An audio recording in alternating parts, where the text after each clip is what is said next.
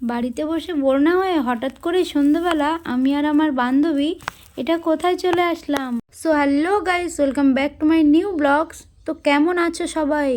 আর আজকে সন্ধ্যেতে আমরা চলে এসেছিলাম আমার খুব প্রিয় একটা জায়গায়। আচ্ছা, তোমরা কি কেউ গেস করতে পারছো?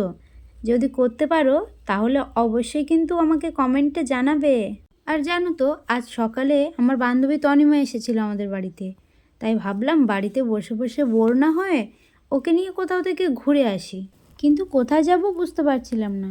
ঠিক তখনই আমার এই জায়গাটার কথা মনে পড়ে গেল। এটা ছিল একটা শ্রীরামকৃষ্ণ সেবাশ্রম। আর জানো তো, এটা আমার খুব প্রিয় একটা জায়গা, কারণ এই জায়গাটার সাথে আমি ছোট থেকে প্রায় 12টা বছর খুব বেশি জড়িয়েছিলাম। আচ্ছা, তোমরা কিন্তু আবার এটা ভেবো না যে আমি এই মিশনে পড়তাম।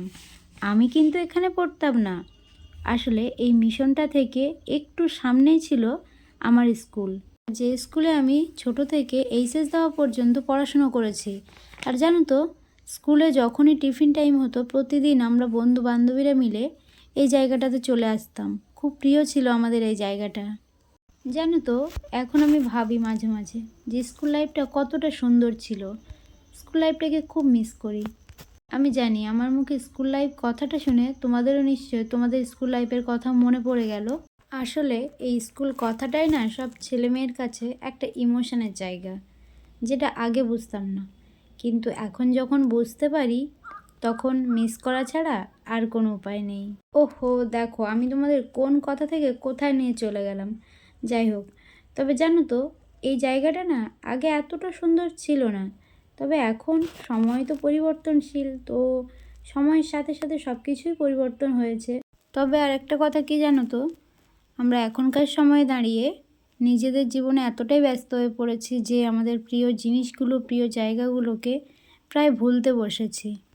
আচ্ছা, এতক্ষণ অনেক কথাই তো বললাম, তো এবার চলো মন্দিরের ভেতরটা তোমাদের ভালোভাবে একটু ঘুরিয়ে দেখাই। আর জানো তো, এই মন্দিরটাও না আগে এতটা বড় ছিল না, খুব ছোট্ট একটা ঘর ছিল, কিন্তু এখন দেখো অনেকটা বড় করেছে। আর এখানে এখন প্রতিদিন সন্ধ্যাবেলাতে ঠাকুরের নাম সংকীর্তন করা হয়। তবে এখানে সন্ধ্যাবেলা বেশিরভাগই গ্রামবাসীই থাকে। কিন্তু জানো তো, যে দিনগুলোতে শ্রী শ্রী রামকৃষ্ণদেব, স্বামী বিবেকানন্দ, মা সারদা দেবীর জন্মদিন থাকে, ওই দিনগুলো এখানে খুব বড় করে পালন করা হয়।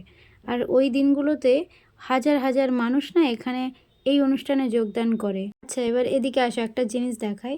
আচ্ছা, ঘন্টা তো তোমরা অনেকেই দেখেছো, কিন্তু এই যে ঘন্টাটা না অনেকটা বড়, আর স্পেশালি এটাকে প্রতিদিনের ঠাকুরের যে নাম সংকীর্তন হয় তার জন্য এটাকে তৈরি করা হয়েছে।